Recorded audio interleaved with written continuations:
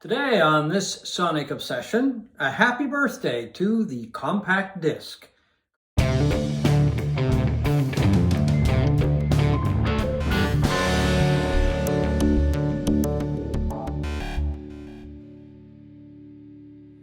Hi folks, I'm John Whidden and this is my friend Steve McLeod, and today on this Sonic Obsession, a big happy birthday to the compact disc, known commonly as the CD. The much-maligned CD, That's Joe. true, yes, we agree on that, Yeah, a lot of audiophiles tend to look down their noses at the plucky little CD, and which was once the staple of music for a couple of decades at least. Sold in the hundreds of millions, probably a few billion. Probably, worldwide, yeah. But we happen to like them, and we'll get into that and our reasons why. But a little bit of history first. The first commercial releases of CDs happened on October 1st, 1982. CBS and Sony released 50 titles on CD, one of which was Billy Joel's 42nd Street. And it set off a wave, such a massive change in format. So literally, almost overnight, people like me were getting rid of their vinyl records and just gobbling up CDs as fast as they could. And now, of course, we've seen the CD die a slow death almost. Well, it seems to be making a comeback. It's a bit of a niche still, but they were developed initially by Sony and Philips, and probably a lot of people don't know this, but in the early days, there were no CD pressing plants in North America. I didn't know until you mentioned it. Yeah. So all of the first CDs that were for sale in Canada and the U.S. and here in Halifax were they were pressed in either Japan or West Germany, and of course, the prices initially, I remember there was this great record store, I'm sure you remember it, Kelly's in downtown Halifax. Oh, very well, yeah. And it was a two-level store, and the bottom floor was stereo equipment, and upstairs was the vinyl section. And I remember going in there, I don't remember exactly the year, so whether it was 82 or 83, and they had a rack of these strange-looking discs on the bottom floor. Yeah, what are they, right? Yeah, and I don't have any recollection of ever hearing about them before, but they were compact discs, the first compact discs in a wire rack, and it was probably from that initial wave of 50 CDs that were released in Japan and then exported elsewhere. And I looked at these things, and they were selling them for over $30. This was in 1982 or 83. I was trying to remember what they cost, and I couldn't initially when they first came out. And of course I went, whoa, and then kept going upstairs to the vinyl, which I guess records probably then were $7.99, $8.99, something like that. So I didn't pay any attention to CDs until 1985, and it was the whole promise of perfect sound forever. I was so fed up with the lack of pressing quality with vinyl. I've always been really sensitive to pops and crackles and stuff like that, and so I was in with both feet in 1985 when I decided to buy my first CD player and my first CD. And this was my first CD. Oh, The Secret of Association by British singer Paul Young. Great CD. Well, and that was the height of his popularity too. It was the height of his popularity because I had his previous album, which I forget the name of it, on vinyl, and I really loved it. And I had a hit, Every Time You Go Away, that was written by Daryl Hall. And that's the very first one. This is the actual copy. Survived all these years? Survived all these years. It was made in France. Oh, interesting. The only French manufactured CD I think I own. Okay. But that was reflective of what was going on at that time, that you just couldn't, there was no domestic CD production, and that set it off for me. And I was blown away by them. I mean, the fact that there was no crackle. Where's the crackle? Where's the pop? Yeah, I know. All of that. It was just immaculate, pure sound without. But they would stick sometimes. They would stop, and there would be like a flutter, and then you'd have to maybe sometimes stop the machine and kick it in again, right? That would happen every so often. I don't remember that. Oh, well, I worked at a radio station at the time, so we would be we switched over from vinyl to CDs, and the song. Now, how quickly did that happen? I was trying to remember. It was probably by 85, I think. It was, I don't want to say totally over to CDs, but I believe we were playing CDs by 85. But that was the one thing that I remember about you're talking about the quality thing. They would just stop sometimes, or they'd flutter sometimes and then pick up again. But that was the CD player reading the data, right, as I understand it. But, other than that, it was fine. I mean, and for the record, this is my first CD, Naked, by the Talking Heads, and still have it. But we checked the date on that. I couldn't remember when I bought it. So I guess I was a bit of a latecomer to CDs. This came out in 88, and I bought it shortly after I bought a CD player. In fact, I think it was the same day. I bought the CD player at a stereo shop near Wolfville in Nova Scotia, and then ran to, I believe it was a Sam's. There was a Sam's in New Minas, which is near Wolfville, where I got stereo shop, and picked this up. Yeah, I ran to them right away because, I mean, to be honest with you, I'm like you. I get sick of the crackle. I get sick of the pop. I get sick of putting on one side, and then it would seem just a few minutes later, you have to turn it over, right? And CDs, you could just put them in the machine, and they would play for there was 36 or 40 minutes or whatever it was. An hour, up to an hour. Later on, but initially it was just like the same length as an album, right? The tracks would be a bit longer. Yeah, well, a lot of the initial releases were after they'd been released on vinyl. So albums were at the most 40 minutes long. Yeah, exactly. So you'd have a whole CD. But once people started recording specifically for CD, then it became an hour initially, and then they stretched it out, I think, almost to 80 minutes or maybe 80 minutes. But there was a real downside to that too. Well, that was the other thing. I mean, you had all this, you had a lot more music, but some of that music wasn't any good. No, it was like a double album being released every CD. Yeah. And it was a real time commitment. I'm sure I've got CDs that I've never listened to the very end, It was a real commitment. As far as the sound quality, and this is still the argument, you get it from vinyl lovers, and I love vinyl too, don't get me wrong, but everybody says it's a much warmer sound. I guess to a degree.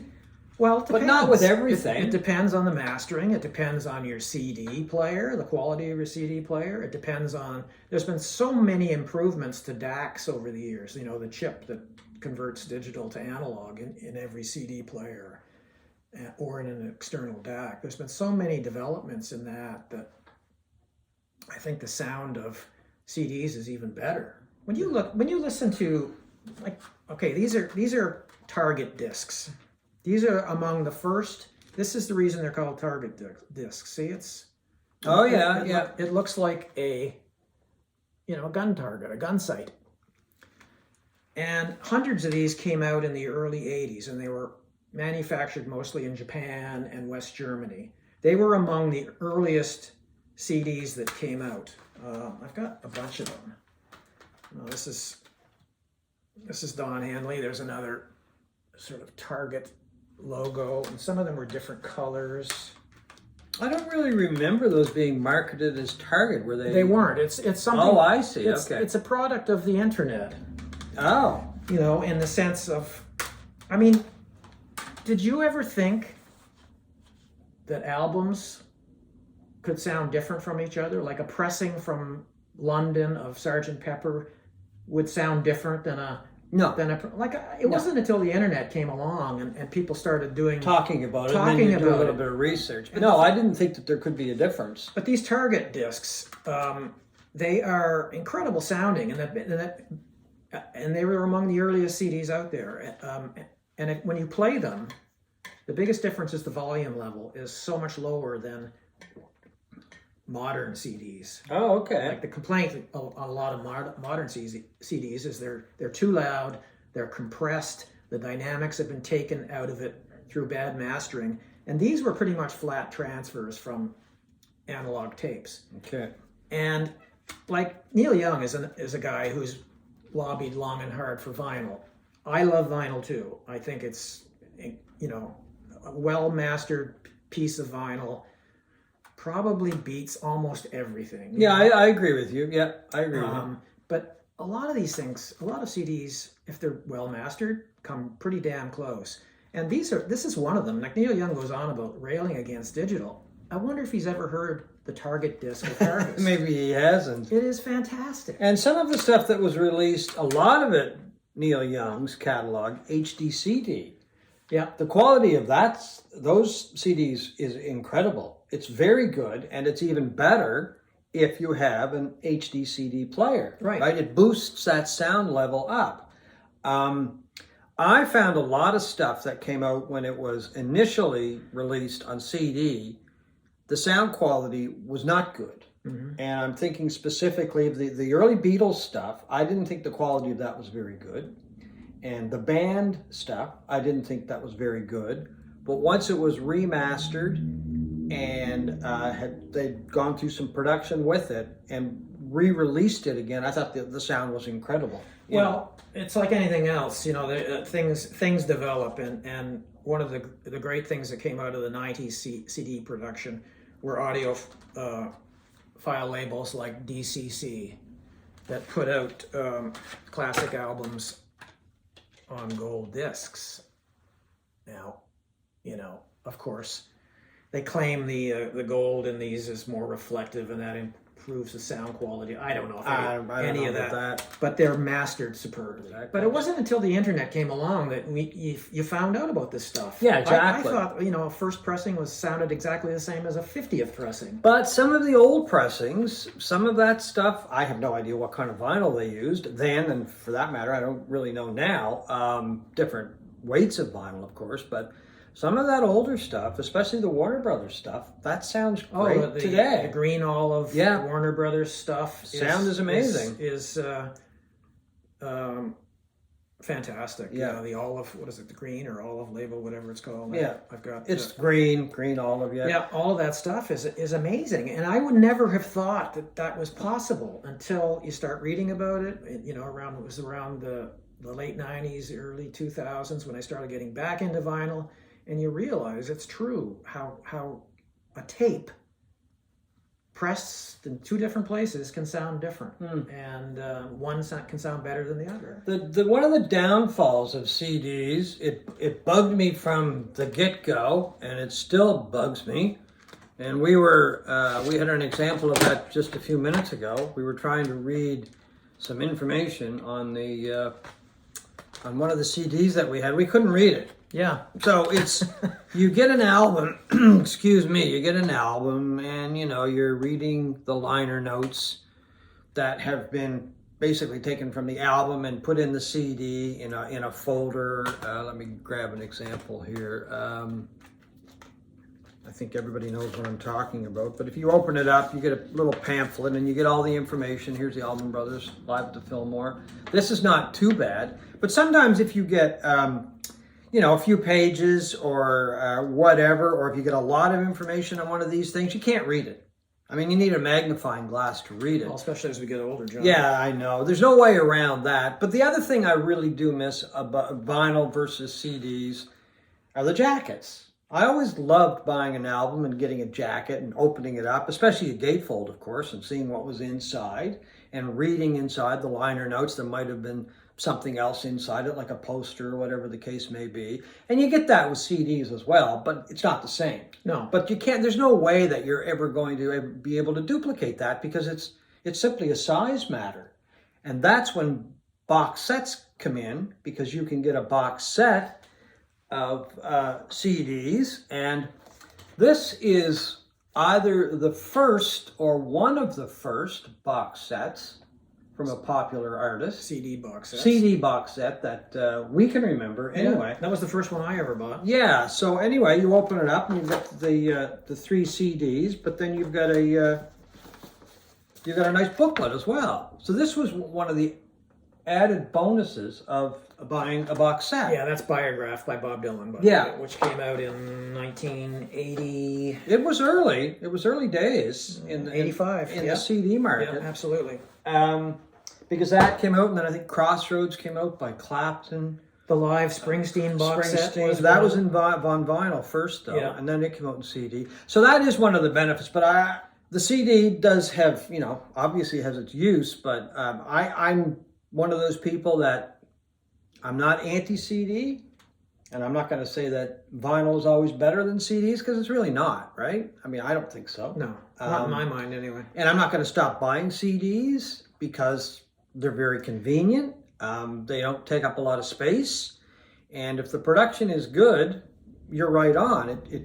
It's still going to be, the quality of the music is still good. Actually, now is the perfect time to be continuing to buy CDs. I don't buy. It's been a while since I bought a new release on CD. Well, actually, this is sort of on CD. This is one of the benefits of compact disc or the CD, or in this case, Blu-ray audio, which is an offshoot of CDs. Yeah, and you were telling me that there's been a lot of complaints. Well, I've actually seen a few of the complaints about the vinyl pressings of that. I've never seen such backlash against the vinyl release of a CD. This is, by the way, is Animals, the 2018 remix that just came out of the classic Pink Floyd album. And there has been so many complaints online about gouging, scratches. I was kind of thinking about getting a copy of it, and I decided not to after you were telling me about that. Yeah, so I bought the Blu-ray audio, which is absolutely fantastic. I love it. And you know what? There's no scratches or pops on it. Well, there you go. Another advantage about CDs, you can buy a CD. It's got the original album, but sometimes they throw on a few extra tracks. Here's one example, Cheap Thrills by Big Brother and the Holding Company. I mean, it's a great album on its own. They stuck on 3 or 4 extra tracks. Which is the beauty of the hour-long format, at least, right? Yeah, so that's like a little bonus. I mean, most of the time I find there's a reason those cuts didn't make the original album, because they're not as good, right?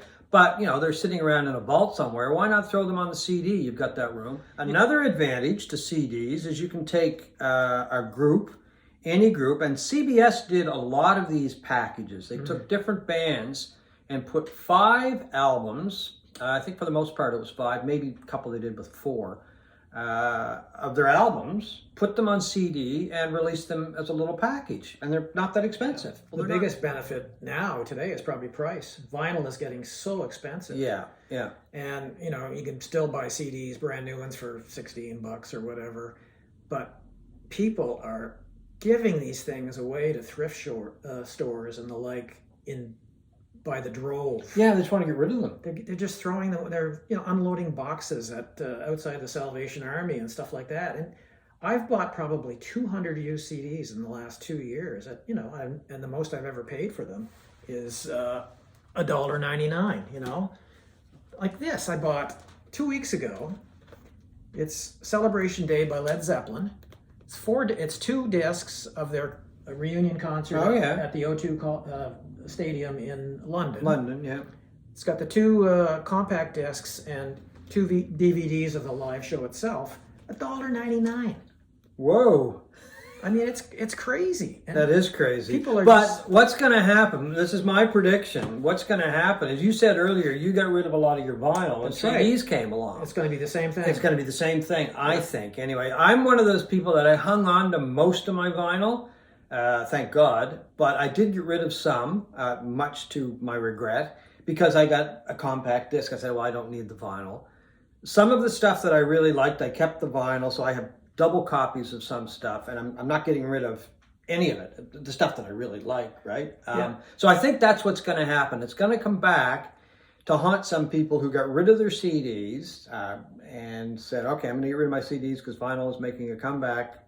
A couple of years down the road, they may go looking for that CD and say, oh, darn. Well, I'm not making the same mistake. I mean, I've got at least 1,500 CDs sitting over there, and I haven't. I've always culled the herd over the years and got rid of the stuff that I didn't really listen to much anymore. Well, so I think what we're basically saying is, and as we learned in the recent mobile fidelity fiasco, is that digital can sound good. By all means, it can sound good to the point where a lot of people were duped. Thinking that this was all analog when it wasn't. And what we're saying is, give CDs a chance.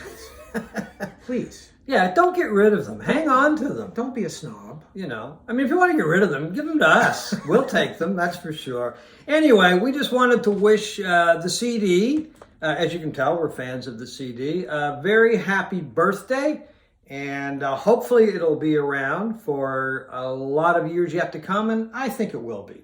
I think its demise was just a bit premature. It happened quickly, though.